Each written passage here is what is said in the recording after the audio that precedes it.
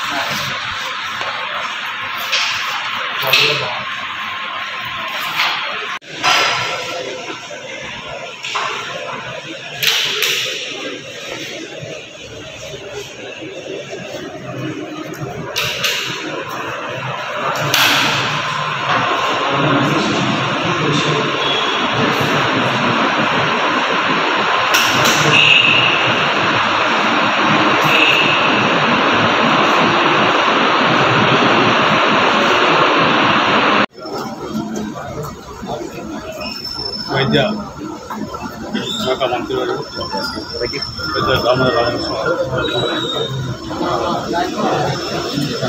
ఆదివారం 11 షాపుల గ్రౌండ్లో ఇలాంటి 11 ఇక్కడ యూనివర్సిటీ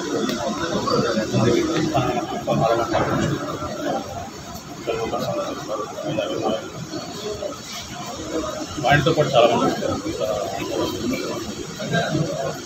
సీఎం గారు శ్రీరావు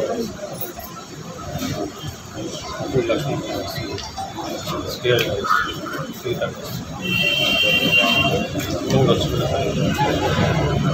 ఇదైతే హాస్పిటల్ మిగతా పబ్లిక్ అదే కార్యక్రమం రెడ్డి గారు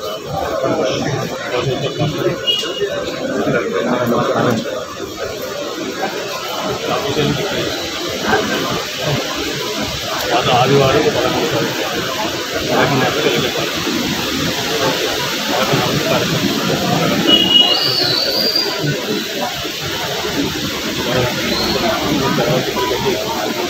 కాలేజ్ స్కూల్లో అదొక పార్టీ పిల్లలతో పాటు మధ్యాహ్నం కాలేజీ అయితే హ్యాపీ కూడా మంత్రులు ముఖ్యమైన పిల్లలతో మధ్యాహ్నం పోయిన అక్కడి నుంచి దగ్గరప్పుడు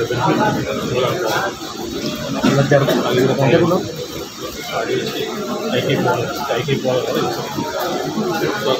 మీటింగ్ కాలపెట్టి తర్వాత సినిమాతో మళ్ళీ రిటర్న్ ఇక్కడ నుంచి మధ్యాహ్నం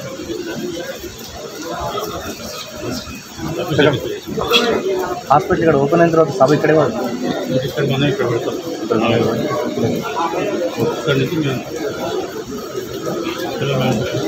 కాలేజ్ పిల్లలకు తిరిగి మధ్యాహ్నం పోయి పిల్లలతో కలిసి పోటీ ఆడే హ్యాపీ అనగ్రా పోటీ పిల్లలు ఇదైతే స్కూల్ చేసి దాని పక్కకు ఇక్కడ సోలార్ ఐటీ అది కూడా పైలట్ ప్రాజెక్ట్ అక్కడ మొదలుపెట్ట 2 నెలల లోపల దసరా లోపల విద్యుత్ ఉత్పత్తి అయ్యే విధంగా అది కూడా మొట్టమొదటి మన దగ్గర రాస్తున్నారు. అక్కడి నుంచి చాలాపెట్టి పోతాం చేస్తాం అక్కడ మీటింగ్ పబ్లిక్ మీటింగ్ R&D శాఖ మొత్తం చాలామంది వస్తారు ఎవరైనా ఒక్కరిని అక్కడే ఇస్తాం ఇక తర్వాత రిటర్న్ మళ్ళీ ఈ మోడల్స్ మన యూనియన్ కలెక్టర్ సార్ కూడా ఇవైతే అది కూడా అవుతుంది 20,000 కూడా వచ్చింది అందులో అదే శాంక్షన్ కలెక్టర్ క్లియర్ ఇక తర్వాత ఫిష్ పాండ్ కూడా ఫిష్ పాండ్ ఇంటర్నేషనల్ ఫండ్ తర్వాత చేపల పెంపు చేపలు పెంచేసి మిగతా రాష్ట్రాలు చేసి అది తీసుకెళ్ళిపోవచ్చు. అక్కడి నుంచి medical college inspection physical inspection అది చూసుకున్న తర్వాత శ్రీధరరావు గారు ఇండస్ట్రియల్ పార్క్ ఫౌండేషన్ అయిపోయింది గ్రాండ్గా పొజిషన్ అది కూడా ఆ తర్వాత మధ్యలో కాదు పట్నా 13 రిటార్డ్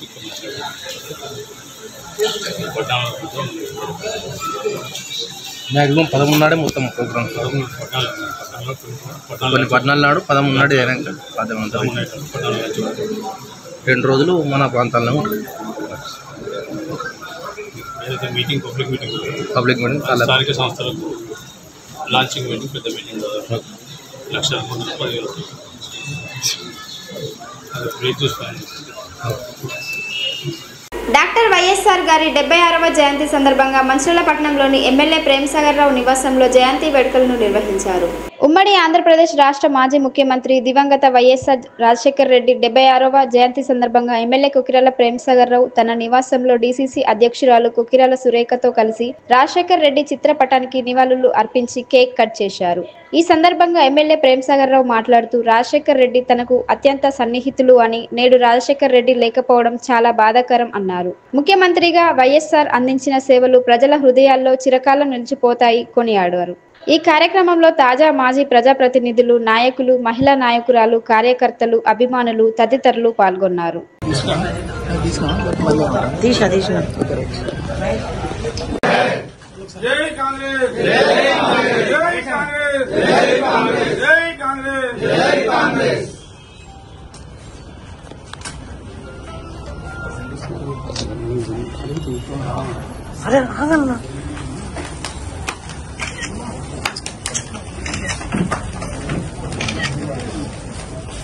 వైఎస్ఆర్ వైఎస్ఆర్ వైఎస్ఆర్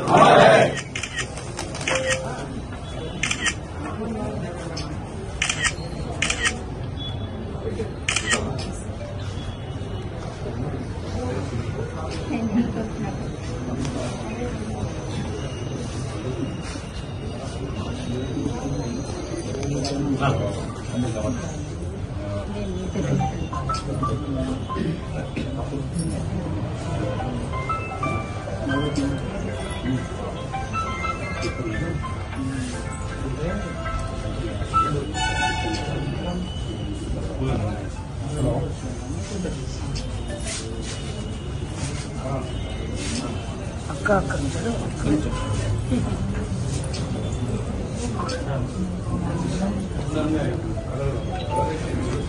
వస్తున్నది 2009 రెండోసారి గెలిచిన తర్వాత ఈ కెరమెరికి నేను అప్పుడు అడిగి రిక్వెస్ట్ చేసినప్పుడు పైన 4 మండలాలకు త్రాగునీరు కోసం 70 కోట్లు పెట్టి డ్రింకింగ్ వాటర్ స్కీమ్ తయారు చేసి దానికి ఫౌండేషన్ కావాలి. 2009 గెలిచిన తర్వాత ఆ కెరమెరి కింద తోడేఘాట్ వాటం అక్కడ చేసిన తర్వాత కోడుగు ROFR అనేది రద్దు చేస్తాం. ముత్తాసరి government of India Manmohan Singh నాయకత్వం చేసినాం. దాన్ని 100% చేసింది ఆయన. ఇక్కడ ఇట్లా ప్రతి వాళ్ళకి చేసుకుంటారు. వాళ్ళ అడవి భూములు కానీ తీసుకుంటారు. దీంతో పాటు ఆ స్కీమ్ చేసిన నాడు ఇప్పుడు ఏం పెట్టుకుంటే ఎక్కడికి పోయిన ప్రోగ్రామ్ అయినా పొద్దున కూడా పబ్లిక్ మీటింగ్, సాయంత్రం కార్యకర్తల మీటింగ్ పెట్టుకుంటాం. ఆ సవాళ్ళ 3 గంటలకు ప్రోగ్రామ్ అయిపోయిన తర్వాత వచ్చి రెస్ట్ తీసుకొని 3-3:30 కార్యకర్తల మీటింగ్ పెట్టి అయిపోయాక వెళ్ళిపోయాడు. పోతున్నప్పుడు బండ్లే ముంగట ఆయన కూర్చుంటే నేను ఇక్కడ కూర్చున్నప్పుడు నేను ఇన్ని స్కీములు చేశాను కదా, నేను ఏదో నాకు డిస్టింక్షన్ వస్తుంది అనుకున్నాను. ఖచ్చితంగా బోటాబట్టి 36% మార్కులతో నేను పాస్ అయ్యాను. నేను 240 సీట్లతో 150 వచ్చింది. కారణం ఏంటంటే ఇప్పుడు delivery mechanism field level proper delivery mechanism లేకుండా ఏ స్కీమ్ పైన చేసినా కూడా కిందికి వచ్చే వరకు ఇదే చెప్తాను. అంటే ఏంటి అంటే చెప్పండి, మా జిల్లా ఉమ్మడి జిల్లా ఉండదు. 1 సంవత్సరం 2 లక్షల ఇల్లు కట్టమని 2 లక్షల ఇల్లు కట్టే వ్యవస్థ మాట్లాడలేదు. అక్కడికి పైకి వెళ్ళి మీరు టార్గెట్ ఇచ్చారు. కింద అధికారులు వీళ్ళని అన్నారు. ఈ అధికారులు లెక్కలు నింపాలి. లాస్ట్ దగ్గర అయితే టార్గెట్ నింపే చెక్కల్లో స్కీమ్ తప్పుదో వచ్చింది. అక్కడ కట్టే పరిస్థితి చేసే పరిస్థితి కాబట్టి లెక్కలు నింపడం కోసం అధికారులు వచ్చి మన గ్రామ స్థాయిలో లేదా మండల స్థాయిలో లాస్ట్కి ఏం తెచ్చిందంటే 40 లక్షలు వేసింది మొదటిది. ఆ తర్వాత లాస్ట్కి ఏది లేకుండా రాసి పరిస్థితి. ఇట్లా ఒక స్కీమ్ అనేది 35,000 ఇస్తే 100% మనకు ఆల్ అవుట్ పడితే 10,000 తోటలు ఇస్తారు. 35,000 34,000 ఇచ్చినా కూడా నాకు 34,000 వచ్చినా అసలే అనుకోండి. 6 ఇళ్ళకి ఇచ్చింది అది. 35,000 నా 1000 గుంజుకొని అనుకుంటే తప్పితే 34,000 వచ్చినా అనుకోడు. ఆ 1000 గుంజుకుని 100 మంది చెప్తారు. అదే తప్పు. దానికి కూడా చెప్పిన ప్రైస్ మీ దగ్గరికి వెళ్ళి ఇచ్చింది. మీటింగ్ పెట్టింది. ఈ మొత్తం చుట్టూ తిరిగి వచ్చారు నీళ్ళు ఉంటాయి ఉంటాడు. అదే స్కీమ్లో జరిగింది. అది అన్నగా ఆ మాటను నాకు అంటే బాధ అనిపించిన అదే మాటను ఆయన చనిపోయే ముందు బేగంపేట హెలికాప్టర్ ఎక్కే ముందు సాక్షి టీవీలు అడిగింది, మీరు డిస్టింక్షన్ వస్తుందని పాస్ మార్కులు వచ్చినాయంటే దానికోసం ఈ రచ్చబడిన కార్యక్రమం చెప్పకుండా పోతున్నా ప్రతి గ్రామానికి ఇక్కడికి పోతున్నాను. హెలికాప్టర్ టేకప్ అయ్యాక చెప్తారు అక్కడికి వస్తున్నాను చెప్పి ఈ మాట చెప్పింది. ఎందుకైందంటే డెలివరీ మెకానిజం ప్రాపర్గా లేకపోలేదు. దాని సదరం కోసం చెప్పకుండా నేను గ్రామాలకు రచ్చబడి పోతుందని చెప్పింది. అది ఒక రకంగా సంతోషంగా ఉన్నా నేను చనిపోయినందుకు బాధ ఉన్నది. బాగా సన్నిహిత సంబంధం.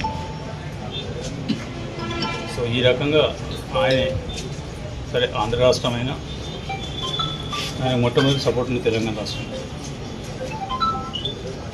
తెలంగాణలో ఒక మార్పు, ఒక చైతన్యం, ఈ అన్నిటికీ మారిపోయారు రాజశేఖర రెడ్డి గారు.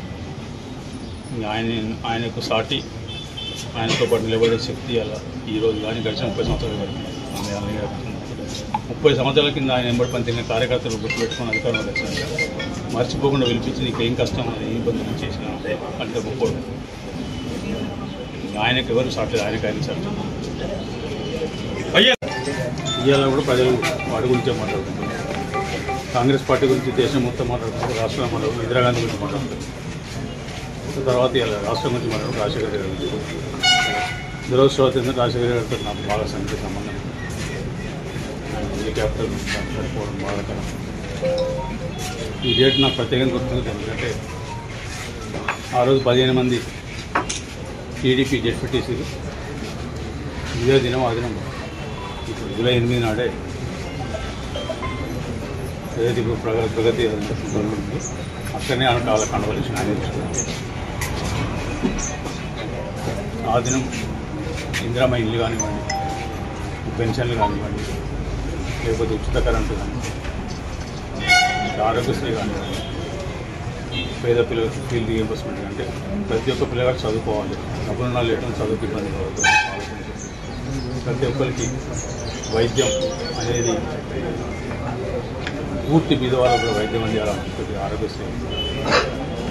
కరెంటు రైతులు పాదయాత్ర చేసినప్పుడు తెలంగాణలో ప్రత్యేకంగా, ఎందుకంటే రైతులకు సంబంధించిన సాగునీరంతా బావులు మోటార్ల మీద ఉన్నది కాబట్టి పంప్సెట్ల మీద ఉన్నది కాబట్టి వాటికి ఉచిత కరెంట్ ఇస్తే కొంత రైతులకు వెసులుబాటు కలుగుతుంది. ఉచిత కరెంటు వాగ్దానం చేసి ప్రమాణ స్వీకారం చేసినట్టు మొత్తం సంతకం ఉచిత కరెంట్ ఇవాళ చాలామంది చాలా మాట్లాడుతారు, మేము తెచ్చినాం అని తెచ్చినాం. వాస్తవానికి ఉచిత కరెంటు సంబంధించిన దానికి సంబంధించిన అది ఆ ప్రాజెక్టు మీద పూర్తి సర్వర్తు కాంగ్రెస్ పార్టీ ఆయనే చేసింది. దాని తర్వాత 24 గంటలు ఇస్తాను, 30 గంటలు ఇస్తాను. రైతులకు కావాల్సింది 24 గంటలు కాదు, రైతులకు కావాల్సింది 8 గంటలు 9 గంటలు నాణ్యమైన కరెంటు 3 kg మొత్తం కరెంటు కావాలి. అది కాంగ్రెస్ పార్టీ ఇస్తుంది.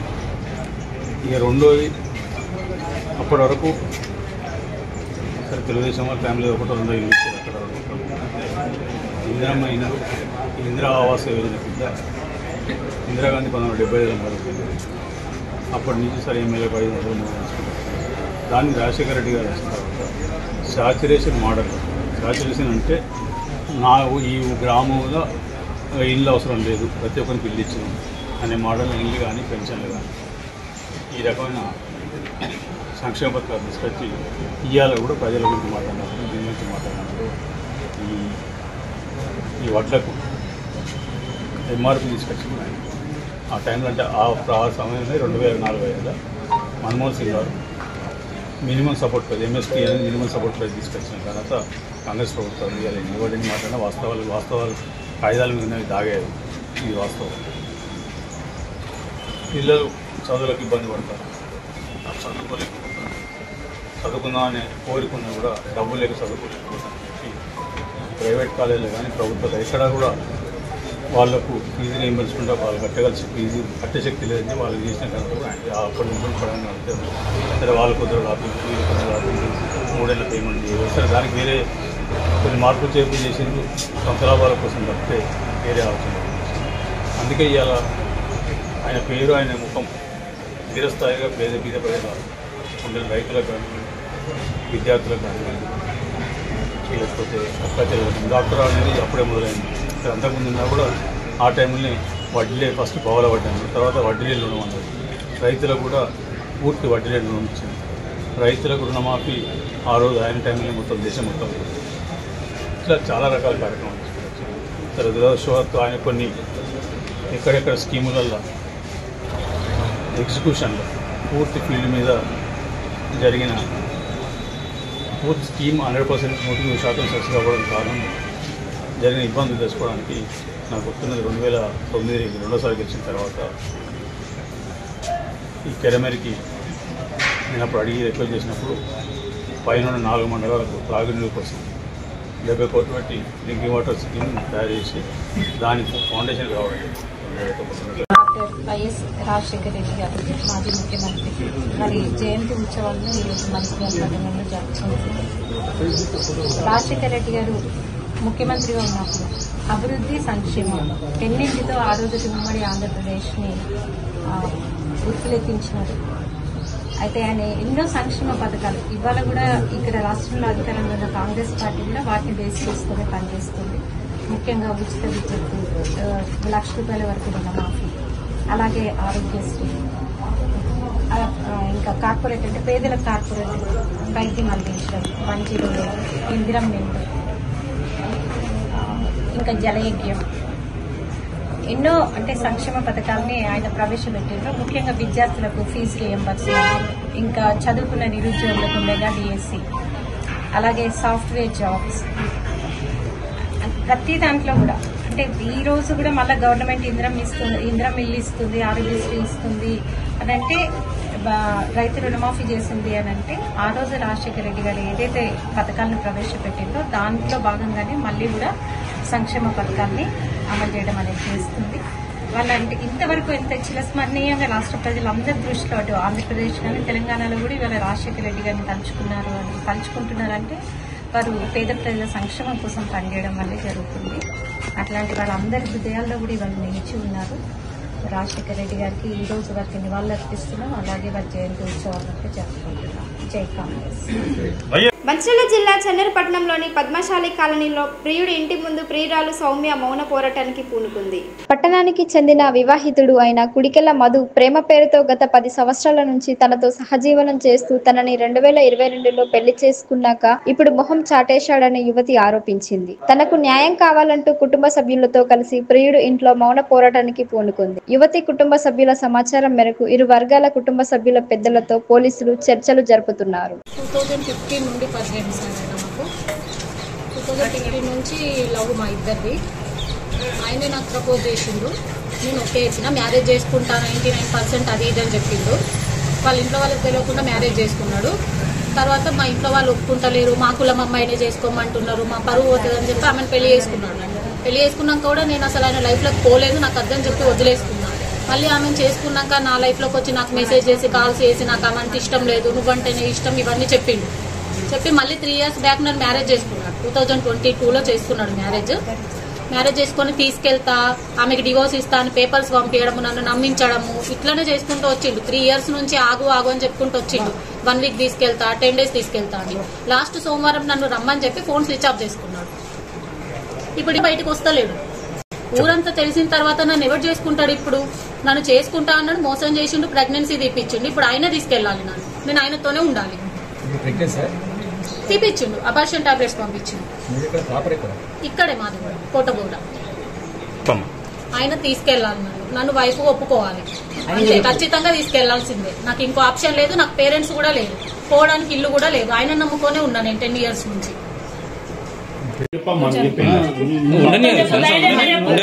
తప్పు చేయలేదు, నా భర్త ఎటువంటి తప్పు చేయలేదు. ఆమెనే రప్పించుకొని ఆమె ఇటువంటి అన్ని సృష్టించుకొని ఆమె ఇక్కడ మమ్మల్ని భజన చేస్తుంది, మా ఇంటికి వచ్చి మమ్మల్ని భజన చేస్తుంది. అంతే తప్ప మేము బజార్లో మాకు ఒక విలువ అనేది ఉంది, ఆ విలువని బజార్లో వేయాలని చూస్తుంది. కానీ దానికి ఎటువంటి తప్పు అనేది లేదు. నా భర్త తప్పు లేదు. ఆమెనే బ్లాక్మెయిల్ చేసి రప్పించుకొని ఇవన్నీ సృష్టించుకొని ఇప్పుడు మమ్మల్ని ఇంత ఆగం చేయడానికి ట్రై చేస్తుంది. మీకు సంవత్సరంన్నర క్రితం తెలుసు అని అన్నారు కదా, బ్లాక్మెయిల్ చేస్తాను సంవత్సరం. అప్పుడు మరి మీరు ఏమన్నా కంప్లైంట్ ఇట్లా ఏమన్నా కంప్లైంట్ చేసుడు మరి ఎవరన్నా అంటే ఈ బ్లాక్మెయిల్ వల్ల ఒక కుటుంబం నాశనం అవుతుంది కాబట్టి చేసినప్పుడు మీరు ఏమన్నా కంప్లైంట్ చేసుడు తెలియదు, నాకు అప్పుడు తెలియదు, ఇప్పుడు చెప్తాను. తెలుసు అని అన్నారు కదా, నుంచి తెలుసు ఈమె తెలుసు. సంవత్సరం ఎప్పుడన్నా మీరు కాంటాక్ట్ ఫోన్ లో మాట్లాడిలా? ఆ ఫోన్ లో నేను ఇది కాదు ఇది అని చెప్పి మాట్లాడినా గానీ ఈమె బ్లాక్ మెయిల్ ఆయన చేస్తుందని నాకు తెలియదు. భర్తను కూడా మరి మీరు అడిగిలా మరి ఏంది కథ ఇట్లా జరుగుతుంది? సమాధానం చెప్పుడు కాదు, ఉన్న సంవత్సరం అంతా లాస్ చేసిండు. ఆయన భయపడుతున్నాడు, ఆయన ఈమెకి భయపడుతున్నాడు. ఉన్న ఎప్పుడో ఒకసారి ఎప్పుడైనా రప్పించుకొని ఆ ఫోటో పక్కకు నిలబడి దిగి ఎవిడెన్స్ చేసుకుంది అంతే తప్ప ఆమె దగ్గర ఎలాంటి ఎవిడెన్స్ లేదు. నేను 12 సంవత్సరాలు అయితే నన్ను పెళ్లి చేసుకుని నన్ను అందరి సమక్షంలో నన్ను పంతులు అందరు వచ్చిన నాకు తాళి కట్టిన అన్ని సాక్ష్యాలు నా దగ్గర ఉన్నాయి. ఆ సాక్ష్యాలు ఏమైనా ఉంటే ఆమెను మాట్లాడమని ఉంది. తాళి కట్టేటప్పుడు ఫోటో ఉన్నదా? టెక్నాలజీ ద్వారా పక్క నుంచి పెట్టుకొని దిగొచ్చు. తాళి కట్టినట్టుందా? మ్యారేజ్ సర్టిఫికెట్ ఉందా? నా మ్యారేజ్ సర్టిఫికెట్ తెస్తా, నా ఫోటోలు తెస్తా, ఆమెను కూడా తెమ్మని చేసుకున్నప్పటి నుంచి అయితే నాకు ఈ ఇష్యూ అనేది నాకు తెలీదు. నాకు తెలిసింది 1.5 year బ్యాక్ నుంచి. కాకపోతే నాకు తెలిసి ఆయన మాట్లాడిన దాని ప్రకారం అయితే ఆమె అతన్ని మొత్తం బ్లాక్మెయిల్ చేసింది. బ్లాక్మెయిల్ చేసి ఆమె మాట్లాడింది. అంతకు తప్పించి నా భర్త ఎటువంటి తప్పు చేయలేదు. నాకు 2 పిల్లలు ఉన్నారు. 7 సంవత్సరాలు పిల్లలకు. ఇప్పుడు ఆమె దౌర్జన్యం చేసుకుంటా డబ్బులు మొత్తం ఆరోగ్యపరంగా క్షీణించింది. ఆయన చావు బతుకులలో ఉన్నాడు. చావు బతుకులలో ఉన్నాడు. దానికి ఆన్సర్ చెప్పాలి ఇప్పుడు ఆమె. మరి ఇప్పుడు ఆయనను సంపుడా ఏం చేసుడు? ఈ పిల్లలకు అన్యాయం చేసుడా? ఈ పిల్లలకు అన్యాయం చేసి చేసుడా? ఇటువంటి ఆడవాళ్ళు ఎందుకు ఇట్లా ముందుకొచ్చి ఇట్లా సంసారాలను ఎంతమందిని ఇట్లా హింస చేస్తున్నారు? పెళ్ళైనా పిల్లలున్నా భర్త దగ్గరికి ఏ ఆడది పోతది? ఒకవేళ పోయినా కూడా మొగోడు వచ్చినా కూడా చెప్పుతోటి కొట్టాలి, చెప్పుతోటి కొట్టి స్టేషన్ లో కాంప్లిమెంట్ చేయాలి. అది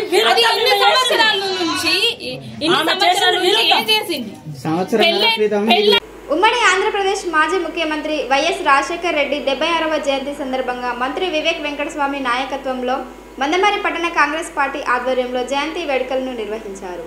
చెన్నూరు ఎమ్మెల్యే క్యాంపు కార్యాలయంలో సీనియర్ నాయకులు సోతుకు సుదర్శన్, పైడిమల్ల నర్సింగ్ కేక్ కట్ చేసి ఘనంగా వైఎస్ఆర్ జయంతి వేడుకలను నిర్వహించారు. ఈ కార్యక్రమంలో ఎస్సీ సెల్ పట్టణ అధ్యక్షులు నిరవట్ల శ్రీనివాస్, సేవాదల్ పట్టణ అధ్యక్షులు సోతుకు ఉదయ్ కుమార్, సీనియర్ కాంగ్రెస్ నాయకులు కడలి శ్రీనివాస్, యూత్ కాంగ్రెస్ మండల ఉపాధ్యక్షులు మాయ తిరుపతి యాదవ్, సీనియర్ నాయకులు అల్లం శంకర్, గోగుల రాజయ్య, ఎర్ర రాజు, మూడరపు శంకర్, విజయ్, షరీఫ్, రాచర్ల రవి, బీరం శ్రీనివాస్, పోలు సంపత్, రాకం సంతోష్, రంజిత్, నాంపల్లి వేణుగోపాలచారి, రామ్ రాజేష్ తదితరులు పాల్గొన్నారు.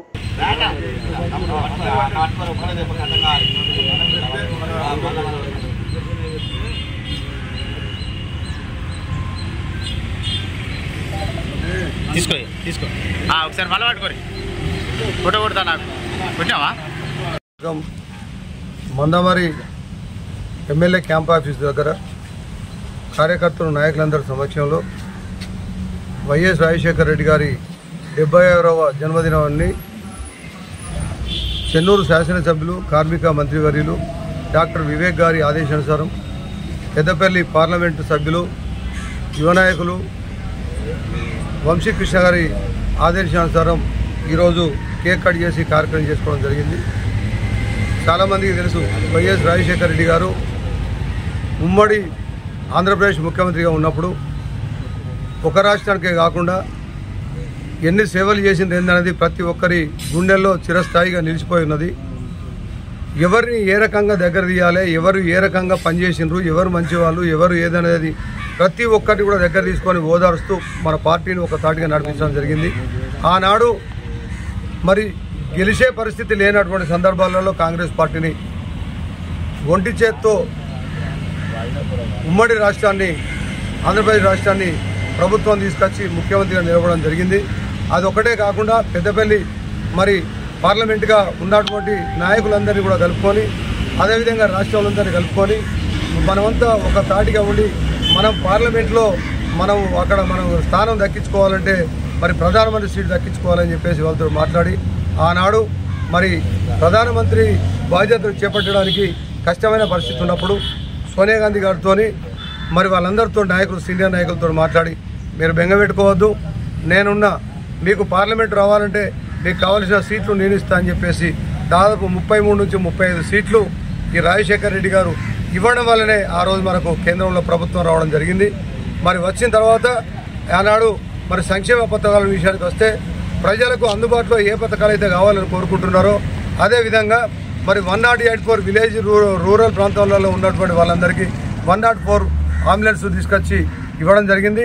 అదేవిధంగా మరి పట్టణాలలో అందరికీ కూడా మరి పేషెంట్లకు ఇబ్బంది కాకుండా క్షణం ఫోన్ చేయగానే వెంటనే వచ్చే విధంగా 108 అంబులెన్స్ తీసుకురావడం జరిగింది. మరి ఆరోగ్యశ్రీ పెట్టడం కూడా ఆయన హయాంలోనే జరిగింది. మరి బియ్యం పోసే విషయంలో పైసలు 75 రూపాయలు, తెలుగుదేశం ప్రభుత్వంలో 75 రూపాయలు ఉంటే వాటిని పెంచినటువంటి ఘనత వైఎస్ రాజశేఖర రెడ్డి గారు. మరి అదేవిధంగా ఎన్నో సంక్షేమ పథకాలు ఈరోజు ఆయన హయాంలో మరి రేషన్ కార్డు మీద మరి ఏదైతే సరుకులు బియ్యం పోసినరో 9 రకాలు ఈరోజు ఒక్క బియ్యం తప్ప మిగతా ఏవి కూడా పోయలేదు వేరే ప్రభుత్వం ఉన్నప్పుడు. మరి ఆనాడు రాజశేఖర రెడ్డి గారి నాయకత్వంలో 9 రకాల వస్తువులు, పప్పులు, ఉప్పులు, సబ్బులు, చింతపండు, ప్రతి బియ్యం అన్నీ కూడా కలిపి ఇవ్వడం జరిగింది. వాటిని ఇప్పుడు మళ్ళీ ఇచ్చే విధంగా మన రాష్ట్ర ప్రభుత్వం, మన ముఖ్యమంత్రి గారు కూడా రేవంత్ రెడ్డి గారి నాయకత్వంలో మరి ఇప్పుడు అవి కూడా ఇచ్చేటువంటి పరిస్థితి కూడా జరుగుతుంది. మరి ఆనాడు జరిగినటువంటి వాటిలలో ఇంకా కొన్ని ఏవైతున్నాయో ఈరోజు రేవంత్ రెడ్డి గారి నాయకత్వంలో మరి ఇక్కడ మన చెన్నూరు పెద్దపల్లి ప్రాంతంలో వివేక్ సారు, వంశీకృష్ణ గారి నాయకత్వంలో ప్రతి ఒక్కరు కష్టపడతాం. డెవలప్మెంట్ విషయానికి వస్తే గతంలో 10 ఏళ్ళు ఎంతోమంది ఇబ్బంది పడ్డటువంటి ప్రజలు ఈనాడు మంచిగా సంతోషంగా బ్రతుకుతూ ఉన్నారు. ఎన్నో డెవలప్మెంట్ కార్యక్రమం తీసుకురావడం జరిగింది. మరి ఆ విధంగా చూసుకున్నట్టయితే రైతులకు కానీ మరి వ్యాపార సంఘం కానీ ప్రతి ఒక్కరిని దగ్గర తీసుకొని వాళ్ళకు చేసినటువంటి పథకాలు ఎన్ని పథకాలు తీయాలో తీసుకురావడం జరిగింది. మరి ఆరోగ్యశ్రీతో ఎంతోమంది పొద్దున 6 గంటలకు జనమంతా లైన్ కడితే అక్కడ మరి రాజశేఖర రెడ్డి గారి ఇంటికాడ మరి ఆయన ఇంటి దగ్గర వెళ్ళినప్పుడు వాళ్ళకి కలవడానికి వచ్చే జనానికి ఇబ్బంది కాకుండా పొద్దునపూట టిఫిన్ పెట్టి మరి లేట్ అయితే భోజనం పెట్టి వాళ్ళందరికీ కలుసుకొని వాళ్ళకి ఏ అవసరాలు ఉన్నాయో అవన్నీ తీర్చినటువంటి నాయకుడు రాజశేఖర రెడ్డి గారు. సేమ్ అదే ఇటువంటి పరిస్థితి ఇప్పుడు రేవంత్ రెడ్డి గారి నాయకత్వంలో నడుస్తూ ఉన్నది. మరి ఇప్పుడు అప్పుడు లేనటువంటి పథకం మరి ఇప్పుడు ఉచిత బస్సు అనేది అది మామూలు విషయం కాదు. మరి వందల వేల కోట్ల రూపాయలు భారం మీద పడ్డప్పటికీ కూడా ఆడపడుచులకు మాటిచ్చిన ఎలక్షన్లో మాటిచ్చినట్టు కాబట్టి ఈరోజు ఖచ్చితంగా ఉచిత బస్సు ఇవ్వడం జరిగింది. మరి అదేవిధంగా 6 గ్యారంటీలు ఏవైతే పెట్టినరో అలా దాదాపు మన పథకాలు ఇవ్వడం జరిగింది. మరి ఉచిత కరెంటు కూడా 200 యూనిట్లు కరెంట్ ఇవ్వడం అంటే ప్రతి ఇంటికి దాదాపు పెద్దోళ్ళు తప్ప ఏసీలు వాడేటోళ్ళు తప్ప మిగతాళ్ళందరికీ ఫ్రీ కరెంట్ వచ్చేటువంటి పరిస్థితి రేవంత్ రెడ్డి గారి సర్కారు చేస్తున్నదని చెప్పేసి ప్రజలందరూ గమనించాలి. ఎన్నో పథకాలు తీసుకొచ్చినటువంటి సందర్భంలో మరి ఇప్పుడు మనమందరం కూడా మన వివేక్ సార్ నాయకత్వంలో, వంశీబాబు ఎంపీ గారి నాయకత్వంలో మరి పెద్దపల్లి చెన్నూరు నియోజకవర్గంలో మనమందరం కలిసిమెలిసి ఉండి వారికి ఎలాంటి ఇబ్బంది కాకుండా వారి అడుగుజాడలో నడుస్తూ వాళ్ళు చెప్పిన పథకాలన్నింటినీ వీటిని జనంలో ప్రజలకు తీసుకెళ్లి తెలియపరిచేటువంటి పరిస్థితి చేయాలి. మరి ఎన్ని కష్టపడతారు అనేది గతంలో ఉన్న ఎమ్మెల్యేలు ఎంపీలు చేయలేని పనులు మన నాయకులు అతి తక్కువ టైంలో 1.5-2 సంవత్సరాలలో కోట్ల రూపాయలు తీసుకొచ్చి మనకు మంచినీళ్ళ పథకం కావచ్చు, డ్రైన్లు కావచ్చు, రోడ్లు కావచ్చు, కరెంటు కావచ్చు, ఇందిరా మిల్లు కావచ్చు, డబుల్ బెడ్రూమ్ కావచ్చు, ఎన్నో పథకాలు ఇచ్చిన సందర్భాలు జరిగినాయి. కాబట్టి ప్రజలారా కార్యకర్త నాయకులందరూ కూడా మనం కలిసి వారి నాయకత్వంలో, రేవంత్ రెడ్డి గారి నాయకత్వంలో, వివేక్ సార్ మంత్రి గారి నాయకత్వంలో, వంశీబాబు నాయకత్వంలో మనతో కలిసి పనిచేయాలని చెప్తూ నాకు ఈ అవకాశం ఇచ్చినందుకు ధన్యవాదాలు. సోదరుడు మరి పైడిమల్ల నరసింహ మాట్లాడతారు. స్వర్గీయ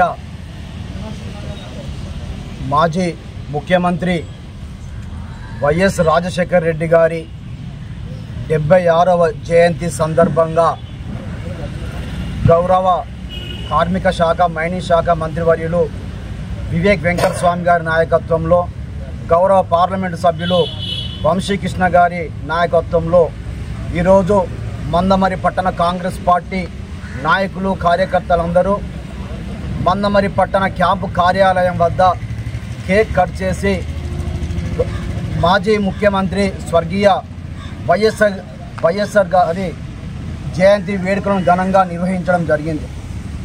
ఆ రోజు 100 కిలోమీటర్ల పాదయాత్ర చేసి ఉమ్మడి ఆంధ్రప్రదేశ్ రాష్ట్ర పేద బడుగు బలహీన వర్గాల సమస్యలను తెలుసుకుంటూ రాష్ట్రాన్ని అధికారంలోకి తీసుకువచ్చిన ఘనత మరి వైఎస్ఆర్ అని చెప్పక తప్పదు. ముఖ్యంగా విద్యా వ్యవస్థ మీద, వైద్య వ్యవస్థ మీద వైఎస్ఆర్ చేసిన కృషి అభినందనీయం. ఆ రోజు మరి ఎంతోమంది పేద విద్యార్థులు ఫీజులు కట్టలేని పరిస్థితులలో ఫీజు రీఎంబర్స్మెంట్ తీసుకువచ్చి మరి ఎంతోమందికి విద్యా అవకాశాలు, విద్యా సహాయం చేసినటువంటి గొప్ప మహానుభావుడు వైఎస్ఆర్. వైద్య వ్యవస్థలో 108 కానివ్వండి, రాజీవ్ ఆర్కిసీ కానివ్వండి, ఈ పథకాలు ప్రవేశపెట్టి ఎంతోమంది మరి పేదల గుండెల్లో చిరస్థాయిగా నిలిచినటువంటి మహానాయకుడు వైఎస్ఆర్. ఈరోజు వారి హయాంలోనే మన పెద్దపల్లి పార్లమెంటు విషయానికి వస్తే ఎల్లంపల్లి ప్రాజెక్టు కావచ్చు, మరి ఇక్కడ జైపూర్ పవర్ ప్లాంట్ కావచ్చు, ప్రాణహిత చేవల ప్రాజెక్టులు కావచ్చు, మరి మన పెద్దపల్లి పార్లమెంట్లో మరి మంచినీరు కోసం ప్లస్ అదే పవర్ కోసం 2 అతిపెద్ద ప్రాజెక్టులు నిర్మించినటువంటి ఘనత మరి అప్పుడు ఉన్నటువంటి గౌరవ మాజీ మంత్రివర్యులు వినోద్ గారి హయాంలోనే వైఎస్ఆర్ గారు చేసినటువంటి కృషి మరింత అభినందనీయం.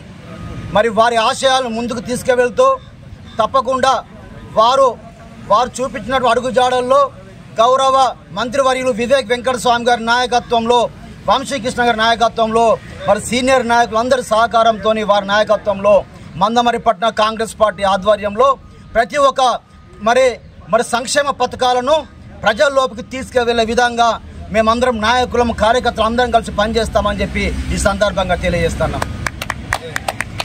మంచిర్యాల జిల్లా చెన్నూరు సమీపంలోని 63వ జాతీయ రహదారి మార్గంలో బతుకమ్మ వాగు వద్ద బ్రిడ్జ్ అప్రోచ్ రోడ్డు పూర్తిగా దెబ్బతిన్నది. బ్రిడ్జ్ అప్రోచ్ రోడ్డు నిత్యం ప్రమాదాలకు నిలయంగా మారింది. దీంతో పట్టణ సీఐ దేవేందర్ రావు స్పందించారు. సీఐ ప్రమాదాల నివారణకు రోడ్డుకు మరమ్మతులు చేయించారు. దీంతో వాహనదారులు, స్థానిక ప్రజలు హర్షం వ్యక్తం చేశారు.